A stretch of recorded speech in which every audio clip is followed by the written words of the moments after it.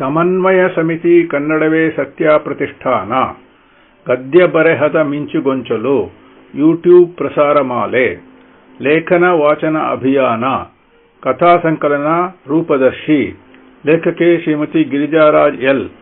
ಕಥೆ ನುಡಿದರೆ ಮುತ್ತಿನ ಹಾರದಂತಿರಬೇಕು. ಧ್ವನಿ ಪ್ರಸ್ತುತಿ ಹಾಗೂ ವಿಡಿಯೋ ಸಂಕಲನ ಶ್ರೀ ಗುರುಪ್ರಸಾದ್ ಹಾಲ್ಕುರಿಕೆ.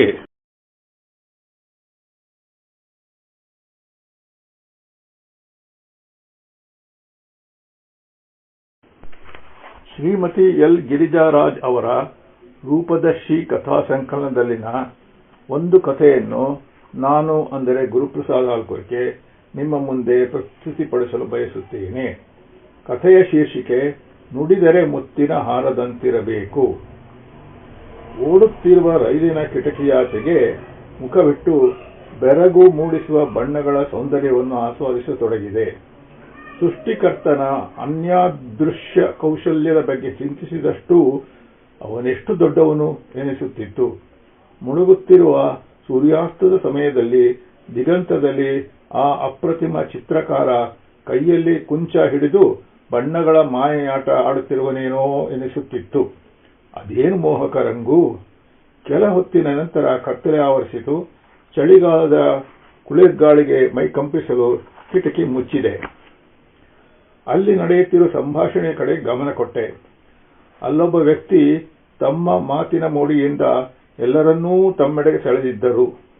ಕಾಶ್ಮೀರದ ಸಮಸ್ಯೆ, ಗಡಿಯ ಯುದ್ಧ, ಅಲ್ಲಿಯ ಮಾರಣ ಹೋಮ, ರಾಜಕಾರಣ, ವಿಜ್ಞಾನ, ಮಾಹಿತಿ ತಂತ್ರಜ್ಞಾನ, ಭಯೋತ್ಪಾದಕತೆ, Vajpayee, Bush, bin Laden, America, Japan ಎಲ್ಲದರ ಬಗ್ಗೆಯೂ ಆತ ನಿರರ್ಗಳವಾಗಿ ತನ್ನ ಸಿರಿ ಕಂಠದಿಂದ ವಿಶ್ಲೇಷಣೆ ಮಾಡುತ್ತಿದ್ದರೆ ಕೇಳುತ್ತಿದ್ದವರು ತಲೆದೂಗುತ್ತಿದ್ದರು.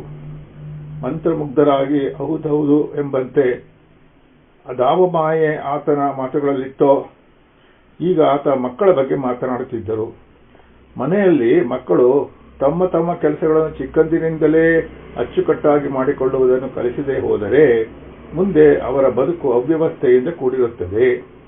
ನಮ್ಮ ಅತಿಮುದ್ದು ಮಮತೆಯನ್ನು ಸ್ವಲ್ಪ ದಮಿಸಿ ಕಠಿಣವಾಗಿ ನಡೆದುಕೊಳ್ಳಬೇಕಾಗುತ್ತದೆ. ಒಮ್ಮೆ ಸೋಮಾರಿತನದ ರುಚಿ ಹತ್ತಿತೆಂದರೆ ಮುಗಿಯಿತು, ಮೈ ಭಾರ ಬಂದು ಬಿಡುತ್ತದೆ. ಚಿಕ್ಕಂದಿನಿಂದಲೇ ಸ್ವಾವಲಂಬನೆ ಸ್ವಲ್ಪ ಮಟ್ಟಿಗೆ ಮೈಗೂಡಿಸಿಕೊಳ್ಳಬೇಕು. ಎಂಥ ಶಿಕ್ಷಣ ಬೇಕೆಂದು ಗಾಂಧಿ ಕನಸು ಕಂಡಿದ್ದರು. ಗೀತಾಂಜಲಿಯಲ್ಲಿ ಸಗ್ಗವಾಗಬೇಕು ಭಾರತ ಎಂದಿದ್ದರು ರವೀಂದ್ರರು. ವಿವೇಕಾನಂದರು ಶಿಕ್ಷಣವೆಂದರೆ ಮನುಷ್ಯನಲ್ಲಿ ಸುಪ್ತವಾಗಿರುವ ದೈವತ್ವವನ್ನು ಹೊರಗೆಳೆದು ಪ್ರಕಾಶಪಡಿಸುವುದೇ ಆಗಿದೆ ಎಂದರು. Destiny of our country is being shaped in our class rooms ಅನ್ನುವ ಮಾತು ನಿಜ. ಆದರೆ ಹಿಂದೇನಾಗುತ್ತಿದೆ? ವಿದ್ಯೆ ವ್ಯಾಪಾರವಾಗಿದೆ. ವಿದ್ಯಾರ್ಥಿಗಳು ವಿದ್ಯಾರ್ಥಿನಿಗಿಂತ ಅವರಿಗೆ ಸಂಬಂಧಪಡದ ಚಟುವಟಿಕೆಗಳಲ್ಲಿ ನಿರತರಾಗಿದ್ದಾರೆ. ವಿದ್ಯೆಗೆ ಮೆರುಗು ನೀಡುವ ವಿನಯ, ಮಾನವೀಯತೆ ಎರಡೂ ಮಾಯವಾಗಿದೆ. ಹೀಗೆ ಆತ ಆಯಾಸ ಪಡೆದೇ ಕೇಳುವವರಿಗೂ ಬೇಸರವಾಗದ ರೀತಿಯಲ್ಲಿ ಎಲ್ಲರನ್ನೂ ಸೆಳೆದಿದ್ದರು. ಬಸವಣ್ಣನವರ ನುಡಿದರೆ ಮುತ್ತಿನ ಹಾರದಂತಿರಬೇಕು ವಚನ ನನ್ನ ಮನದಲ್ಲಿ ಸುಳಿಯಿತು. ಅವರ ವೇಷವೋ ಹಂಸದ ಗರಿಯಷ್ಟು ಬೆಳ್ಳಗಿರುವ ಪಂಚೆ, ಮೇಲೊಂದು ಬಿಳಿಯ ತುಂಬು ತೋಳಿನ ಬಿಳಿಯ ಶರ್ಟು, ಗುಂಗುರು ಕೂದಲು, ಹೊಳೆಯುವ ಕಣ್ಣುಗಳು, ಸಿರಿ ಕಂಠ.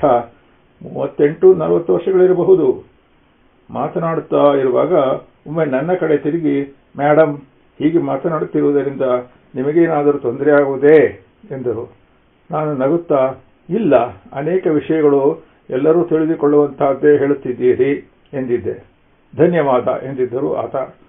ಅವಿವಾಹಿತೆಯಾಗಿದ್ದ ನನ್ನ ಮನದಲ್ಲಿ ಇಂಥ ಸಂಗಾತಿ ಸಿಕ್ಕರೆ ಬಾಳು ಎಷ್ಟು ಸುಂದರ ಎಂಬ ಯೋಚನೆ ಸುಳಿದಾಗ ಆತನಿಂದ ನೋಟ ಹೊರಗೆ ಹರಿಸಿ ನಾಚಿಕೊಂಡಿದ್ದೆ. ಆದರೆ ಇಷ್ಟೊಂದೆಲ್ಲ ಮಾತನಾಡುವ ಆತ ಏನಾದರೂ ಬೇಕಾದರೆ ಅಲ್ಲಿರುವ ಯಾರಾದರೊಬ್ಬರ ಮೂಲಕ ಧರಿಸುತ್ತಿದ್ದರು. ಅದನ್ನು ಗಮನಿಸಿದ ನನಗೆ ಸ್ವಾವಲಂಬನೆಯ ಬಗ್ಗೆ ಇಷ್ಟುದ್ದ ಭಾಷಣ ಬಿಗಿಯುವ ಈತ ಕುಳಿತಿದ್ದ ಕಡೆಯೇ ಎಲ್ಲ ಮಾಡಿಸಿಕೊಳ್ಳುತ್ತಾನೆ. ಕೆಲವರು ಮಾತಿನ ಮಲ್ಲರಾಗಿರುತ್ತಾರೆ, ಆಚರಣೆಯಲ್ಲಿ ಇರುವುದಿಲ್ಲ. ನುಡಿಯೊಳಗಾಗಿ ನಡೆಯದಿದ್ದರೆ ಕೂಡಲ ಸಂಗಮ ದೇವ ಎಂತೊಲೆವೆನಯ್ಯ ಎಂದು ಎಷ್ಟು ಅರ್ಥಪೂರ್ಣವಾಗಿ ಹೇಳಿದ್ದಾರೆ ಬಸವಣ್ಣನವರು. ಆದರೂ ಇನ್ನೊಂದು ಮನಸ್ಸು ಹೇಳುತ್ತಿತ್ತು, ಆತ ಹಾಗಲ್ಲ, ಅಷ್ಟು ಸುಲಭವಾಗಿ ಯಾರನ್ನೂ ಜಡ್ಜ್ ಮಾಡಬಾರದು ಎಂದು. ಮನುಷ್ಯನ ಸ್ವಭಾವವೇ ಹಾಗೆ. ದೂರ ಇರುವಾಗ ಪರಿಚಯವಾದ ಹೊಸದರಲ್ಲಿ ವ್ಯಕ್ತಿಗಳನ್ನು ಎತ್ತರಕ್ಕೇರಿಸಿಬಿಡುತ್ತದೆ. ಹೆಚ್ಚು ಪರಿಚಯವಾಗುತ್ತಾ ಆ ಎತ್ತರದಿಂದ ಸ್ವಲ್ಪವೇ ಕೆಳಕ್ಕಿಳಿಸುತ್ತದೆ ಸಂಕುಚಿತ ಮನಸ್ಸು. ಶ್ರೀರಂಗಪಟ್ಟಣ ಬಂದಾಗ ಅವರ ಮಾತುಗಳಿಂದ ಆತ ಮತ್ತು ಆತನ ಜೊತೆಯಲ್ಲಿದ್ದ ಗೆಳೆಯರಿಬ್ಬರು ಅಲ್ಲೇ ಇಳಿಯುತ್ತಾರೆ ಎಂದು ತಿಳಿಯಿತು. ಈಗಲಾದರೂ ಹೇಳಬೇಕಲ್ಲ ಮಹಾರಾಯ ಎನಿಸಿ ನಗು ಬಂದುಬಿಟ್ಟಿತು. ಆದರೆ ಮರುಕ್ಷಣದಲ್ಲಿ ಆ ದೃಶ್ಯ ಕಂಡು ಅವಕ್ಕಾದೆ. ಆತನ ಗೆಳೆಯರು ಮೆಲ್ಲನೆ ಆತನ ಮೇಲೆ ಬಿಸಿ ಆ ಕಡೆ ಈ ಕಡೆ ಹೆಗಲಿಗೆ ಕೈಕೊಟ್ಟು ನಿಲ್ಲಿಸಿದರು. ಅವರ ಎರಡೂ ಕಾಲುಗಳು ಕುಂಟಾಗಿದ್ದವು. ಓ, ಆತ ಹೇಳುತ್ತಿದ್ದು ನೆನಪಿಗೆ ಬಂತು. ಸೈನ್ಯದಲ್ಲಿದ್ದೆ ಎಂದು. ಗೆಳೆಯರು ಹಿಡಿದುಕೊಂಡಿದ್ದಂತೆಯೇ ನನ್ನ ಕಡೆಗೆ ತಿರುಗಿ, ಮೇಡಮ್ ಬರ್ತೀವಿ, ವಟ ವಟ ಅಂತ ಒಂದೇ ಸಮನೆ ಮಾತಾಡಿ ತೊಂದರೆ ಕೊಟ್ಟವೆಂದು ಕಾಣುತ್ತದೆ ಎಂದರು. ನಾನು ಕರಗಿ ಹೋದೆ. ಛೇ, ಏನೇನೆಲ್ಲ ಭಾವನೆಗಳು ಹೊಂದಿದ್ದವು. ನನ್ನ ಹೃದಯ ಮಮ್ಮಲ ಮರಗಿತು. ಇಲ್ಲ, ನೀವು ತುಂಬಾ ವಿಷಯಗಳನ್ನು ತಿಳಿದುಕೊಂಡಿದ್ದೀರಿ. ನನ್ನ ಮನಸ್ಸಿನ ಯಾವುದೋ ಸಮಸ್ಯೆ ಅನುಮಾನಗಳಿಗೆ ಕೇಳದೆಯೇ ಉತ್ತರಗಳು ಸಿಕ್ಕವು. ಆದರೆ ಎಂದು ನಿಲ್ಲಿಸಿದೆ. ಆತನ ಕಾಲುಗಳ ಕಡೆ ನೋಡುವಾಗ ನನ್ನ ಕಣ್ಣಿನಿಂದ 2 ಹನಿಗಳು ಉರುಳಿದವು. ಆತ ಪ್ರಶಾಂತವಾಗಿಯೇ, ಯುದ್ಧದಲ್ಲಿ ನನ್ನ ಕಾಲುಗಳೆರಡನ್ನೂ ಕಳೆದುಕೊಂಡೆ. ಬಹುಶಃ ಆ ನೋವು ನನ್ನ ವ್ಯಕ್ತಿತ್ವಕ್ಕೆ, ತಿಳುವಳಿಕೆಗೆ ಪರಿಪೂರ್ಣ ಅಲ್ಲದಿದ್ದರೂ ಬದುಕು ಏನು ಎಂಬುದನ್ನು ಚೆನ್ನಾಗಿ ಮನವರಿಕೆ ಮಾಡಿಕೊಟ್ಟಿತು. ಬರುತ್ತೇವೆ ಎಂದು ಕೈಮುಗಿದರು. ನಾನು ಕೈಮುಗಿದೆ. ನಿಜವಾಗಿಯೂ ಧನ್ಯ ಈತ ಎಂದುಕೊಂಡೆ ಮನದಲ್ಲಿ.